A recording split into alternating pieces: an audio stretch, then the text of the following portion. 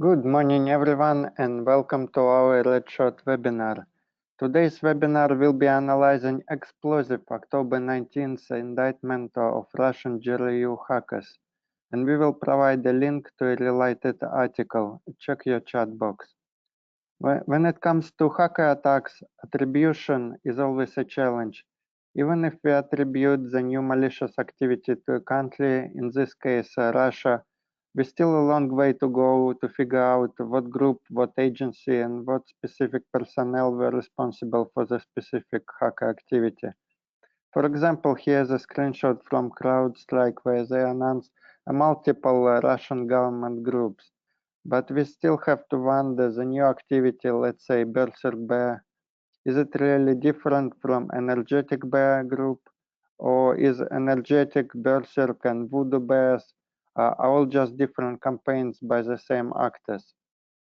So it was established for some time now that Cozy Bear or APT-29 are FSB, Russian Federal Security Service, ex-KGB, and Fancy Bear or APT-28 are GRU or Russian Main Intelligence Directorate, also known under other names. But what about other groups?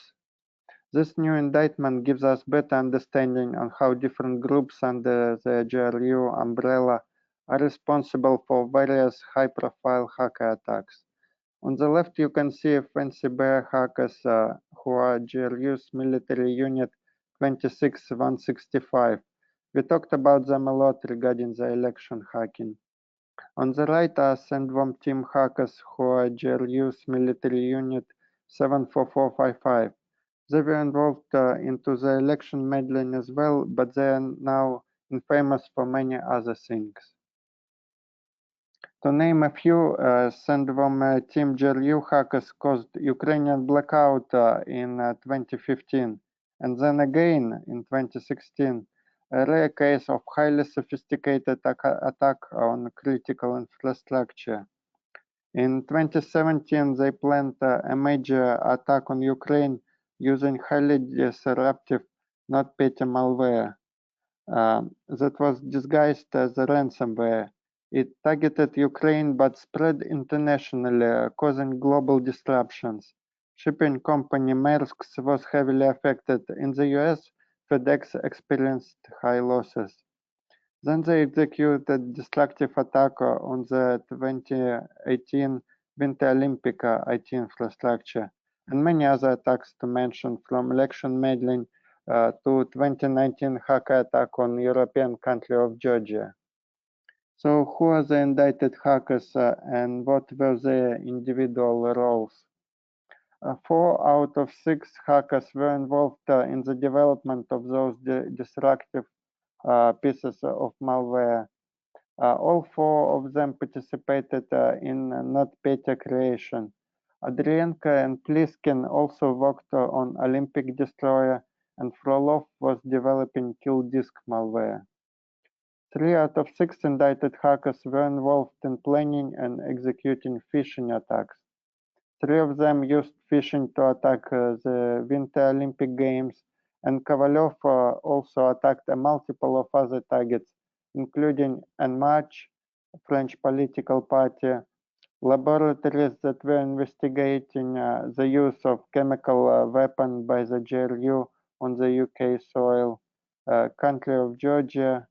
Actually, as Kovalyov was involved in the election-related hacking, it is not the first time we talk about him.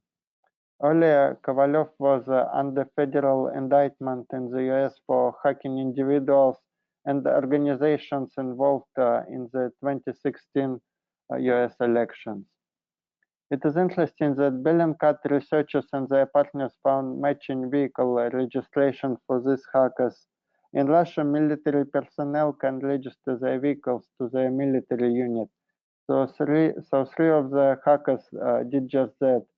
They registered their vehicles to the GRU's military unit 74455 address, and one registered to a different Moscow address, also known as belonging to the GRU headquarters. 4 days after the indictment, new cyber-related sanctions I thought you will appreciate the 16-word long name of this Russian institute that was just sanctioned by the US. In short, we can call it Institute of Chemistry and Mechanics. It was recently in the news regarding Russian government network developing chemical weapon that was used by the GRU for poisoning in the UK and Bulgaria. As I mentioned on previous slides, investigation of the GRU poisoning in the UK was actually one of the targets for the indicted GRU syndrome team hackers. Now we are talking about the Triton malware that was designed in this institute to target specific industrial control ICS controller. The ICS controller was facilitating immediate emergency shutdown. The malware was initially deployed through phishing that targeted a Middle Eastern petrochemical facility. The same hackers were detected scanning and probing US facilities, which is concerning. This institute being sanctioned is just a small step. Can we expect more sanctions, more publicity? As an effect of these indictments, Russian global image became even darker. We may see more cyber-related sanctions, and not only from the US, but from other affected countries and entities.